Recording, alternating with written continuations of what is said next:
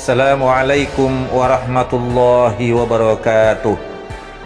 Yang berbahagia para calon pengantin, insyaallah pada kesempatan ini kami akan memaparkan tentang rumus sederhana berumah tangga untuk menuju rumah tangga yang sakinah, mawaddah, warahmah.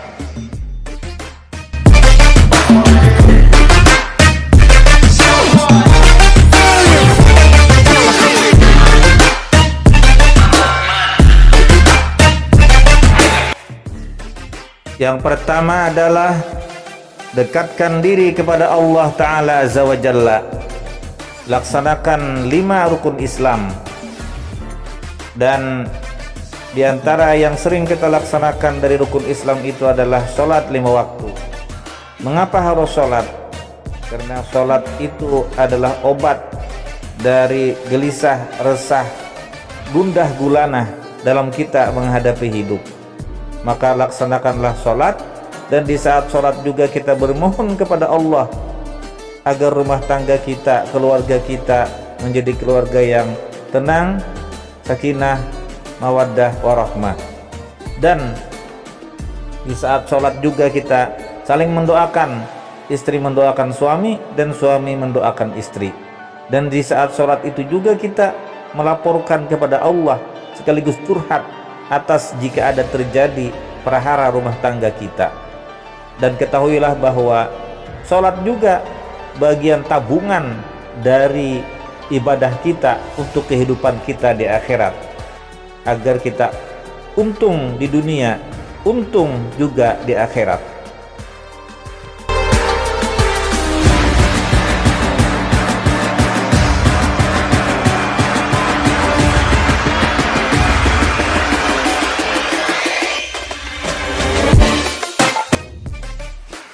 Yang kedua adalah hormati, sayangi, cintai orang tua dan mertua.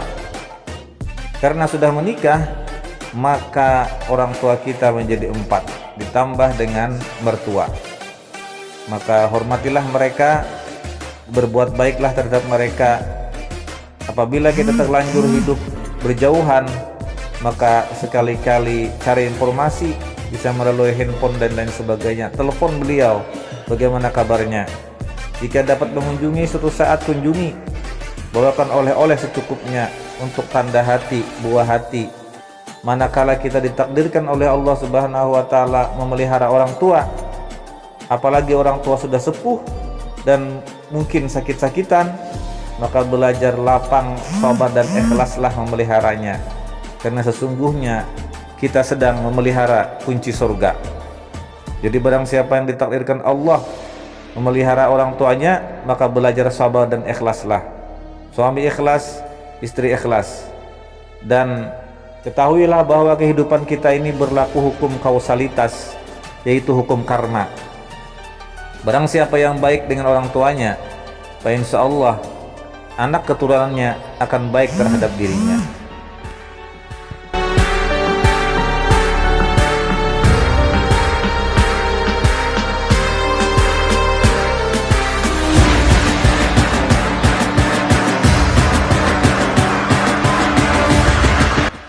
Yang ketiga adalah hormati, sayangi keluarga besar masing-masing. Karena kebiasaan umum kita memiliki keluarga besar, baik itu paman, bibi, sepupu, keponakan, dan lain-lain, termasuk kakek datuk. Maka masing-masing kita memiliki itu. Suami menghargai, menghormati keluarga pihak istri, dan pihak istri menghormati keluarga pihak suami. Jaga hubungan silaturahim dengan sangat baik, karena biasanya retak sedikit saja antar hubungan di antara keluarga itu, maka bisa mengarah kepada keretakan yang lebih besar.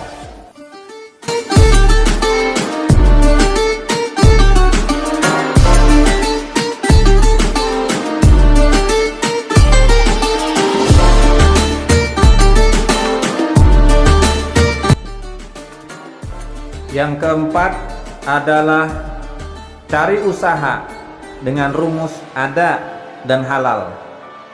Maksudnya adalah karena sudah berumah tangga, maka sebagai seorang suami harus ada usaha. Diusahakan ada, kalau belum ada cari. Mengapa? Karena kita untuk membiayai, mengongkosi rumah tangga kita. Suami bertanggung jawab. Apapun pekerjaan kita, yang penting pekerjaan itu ada. Tentang hasilnya sedikit atau besar, itu urusan nanti. Yang penting ada pekerjaan. Tinggal kita mengatur. Kalau hasilnya sedikit, atur dengan baik supaya bersisa. Kalau hasilnya besar, atur dengan baik supaya bisa menyimpan. Dan berikutnya adalah harus halal, supaya kehidupan kita lapang. Tak ada hal-hal yang bisa mengganggu kita. Jadi cari usaha, dan usaha itu adalah halal. Hindari usaha yang berunsur kriminalitas atau kejahatan.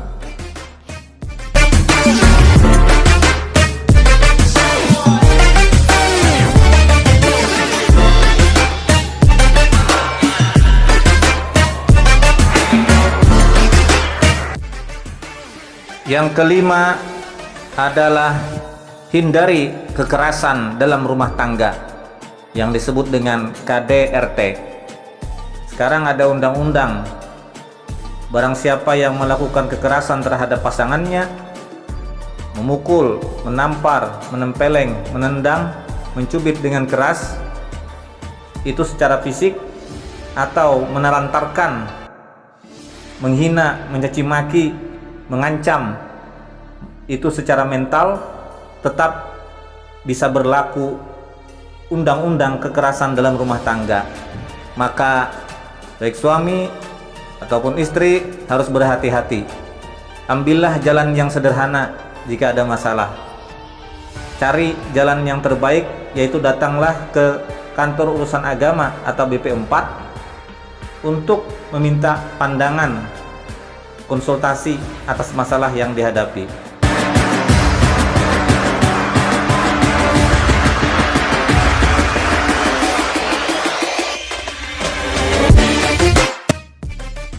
Yang keenam adalah hiduplah sederhana, dalam pengertian bahwa kita dalam berumah tangga harus pandai-pandai mengatur keuangan. Seberapa besar kemampuan suami untuk menafkahi dan seberapa besar kemampuan istri untuk mengatur keuangan keluarnya agar bisa seimbang. Hindari besar pasak daripada tiang, hindari besar pengeluaran daripada pendapatan. Dan ingat, hidup jangan sampai mengutang, jangan sampai berhutang, jangan sampai berhutang kecuali dalam kondisi terdesak. Dan berhutang pun jika terdesak hanya dengan keluarga. Dan jangan bergaya hidup mewah, hiduplah sederhana, baik dengan orang, bertata krama dengan baik, berpakaian dengan baik, bertingkah laku dengan baik, supaya hidup kita tetap sederhana.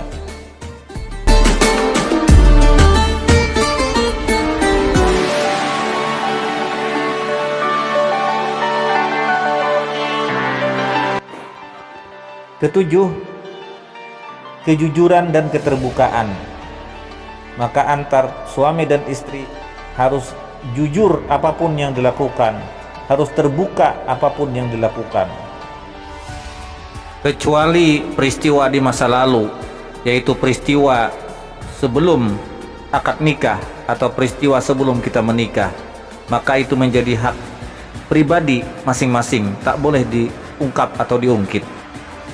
Dan waspadalah, karena sekarang banyak orang bercerai karena gara-gara handphone. Maka baiknya handphone itu terbuka, jangan ada yang dirahasiakan, jangan ada sesuatu yang membuat masing pihak menjadi curiga. Handphone suami boleh dipakai oleh istri, handphone istri boleh dipakai oleh suami. Waktu berkomunikasi tak boleh ada yang sembunyi-sembunyi, harus terbuka.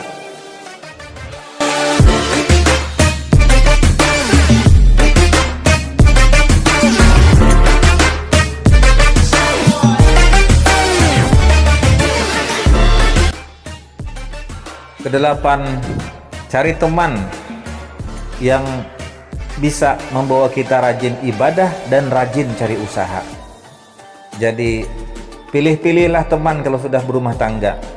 Kira-kira teman itu bakal membawa kita rajin cari usaha dan rajin ibadah. Mengapa cari usaha? Karena kita untuk hidup, menafkahi anak dan istri. Dan mengapa kita mencari teman yang rajin ibadah? Agar kita ada sangu untuk kehidupan akhirat, agar ada hal yang bisa menata kita dalam hidup. Karena kalau dibawa ibadah, maka berusaha menjadi tenang dan kehidupan kita diharapkan menjadi penuh dengan berkah.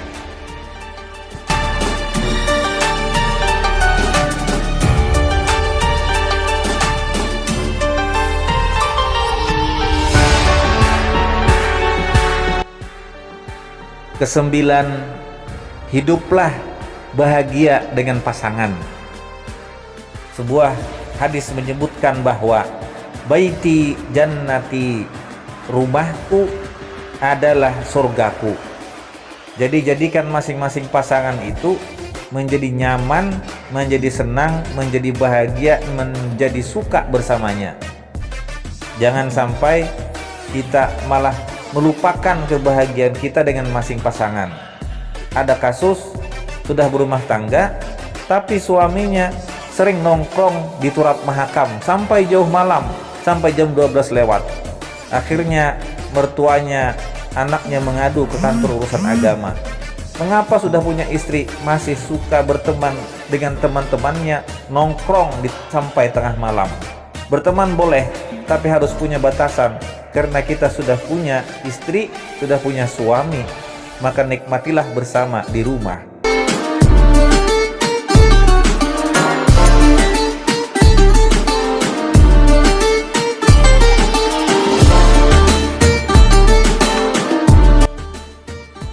Kesepuluh, hapuslah bibit perangai negatif.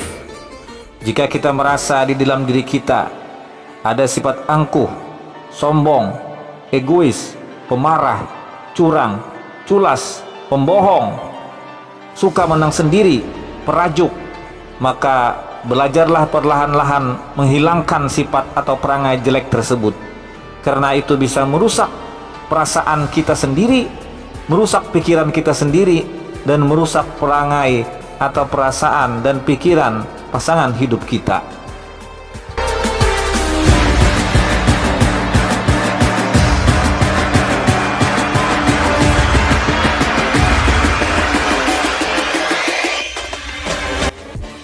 Ke-11, jadilah kita orang baik, baik suami maupun istri, dimanapun nantinya berada, maka jadilah orang baik. Karena kita tak selamanya bersama dengan orang tua, bersama dengan mertua hidup kita. Kadang-kadang kita harus merantau, mencari nafkah, mencari usaha. Maka agar kita hidup nyaman, jadilah kita orang baik dimanapun berada. Minimal kita suka senyum dengan orang. Jadi orang baik rumusnya adalah jaga rumah tangganya sendiri, jangan mengganggu orang lain. Jadi hidup yang baik itu modal dasarnya adalah tidak mengganggu orang lain dan berbuat baiklah dengan tetangga sekitar. Apapun yang dilakukan, ikuti dengan baik dan bijaksana.